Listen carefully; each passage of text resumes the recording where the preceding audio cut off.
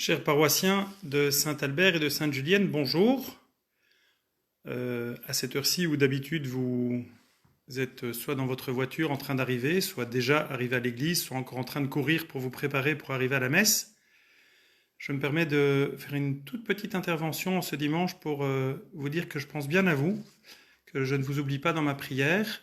Ce matin, en célébrant la messe, j'ai prié spécialement pour tous ceux qui travaillent dans le milieu médical, aussi bien ceux qui sont à l'accueil que ceux qui assurent l'entretien des bâtiments, les laborantins, qui assurent le suivi des soins, les pharmaciens, les médecins, les aides-soignants, les infirmières. Vous êtes bien au cœur de mes prières.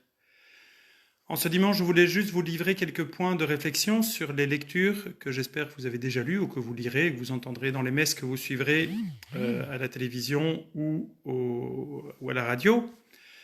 Les lectures de ce jour nous donnent, il me semble, quelques points qui peuvent nourrir ce temps de carême si bizarre que nous vivons pour le moment.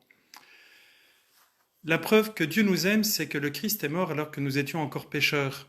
Voilà bien le cœur de notre foi, cette certitude que Dieu nous aime, quelles que soient les circonstances, quoi que nous fassions, quelles que soient les situations dans lesquelles nous sommes. C'est la base de notre foi. Et en ce dimanche, en levant nos yeux vers la croix, là dans nos maisons, à l'église si nous y passons, rappelons-nous cela. La preuve que Dieu nous aime, c'est que le Christ est mort alors que nous étions encore pécheurs. L'amour du bon Dieu est toujours gratuit, ne se mérite pas et précède toutes nos actions, toutes nos possibilités d'action. Le deuxième petit point, c'est ce peuple d'Israël qui réclame dans le désert. Bien sûr que nous devons faire monter vers le Seigneur nos demandes, ne pas oublier de lui présenter tout ce qui nous tient à cœur, et Dieu sait si nos prières peuvent être nombreuses en ces temps compliqués. La limite, c'est de ne pas en faire un droit. Nous pouvons demander beaucoup, nous devons demander beaucoup, espérer beaucoup du bon Dieu, mais nous n'avons pas le droit d'exiger. Alors ne devenons pas ceux qui réclament comme un droit ce que le bon Dieu veut nous donner comme un don. Mais ouvrons-lui nos cœurs et n'hésitons pas à présenter longuement nos prières devant lui. Et enfin, le dernier petit point, je serai vraiment très bref aujourd'hui pour ne pas empiéter sur les messes radio et télédiffusées.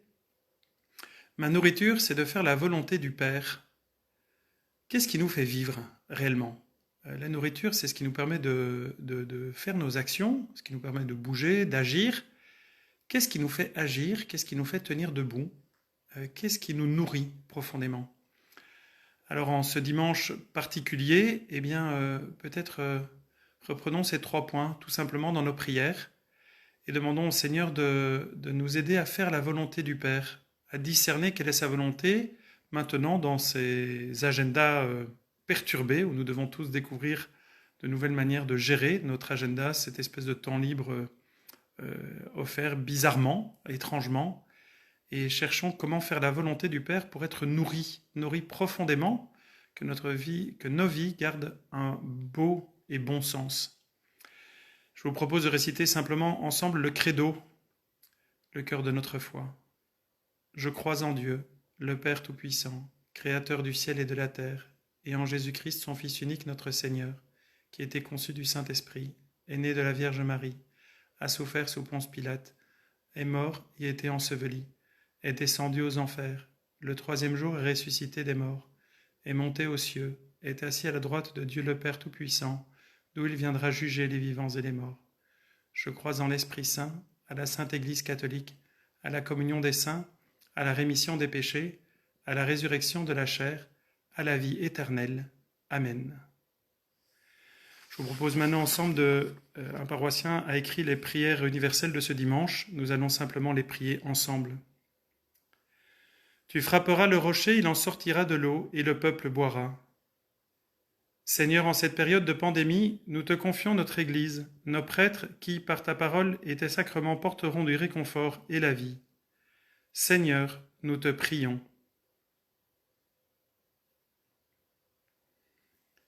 Ma nourriture, c'est de faire la volonté de celui qui m'a envoyé et d'accomplir son œuvre. Seigneur, nous te confions les hommes politiques, qu'ils prennent des décisions justes pour protéger les plus faibles. Et nous te confions aussi les médecins, tout le personnel soignant, qu'ils trouvent en toi la force pour gérer cette situation de crise. Seigneur, nous te prions.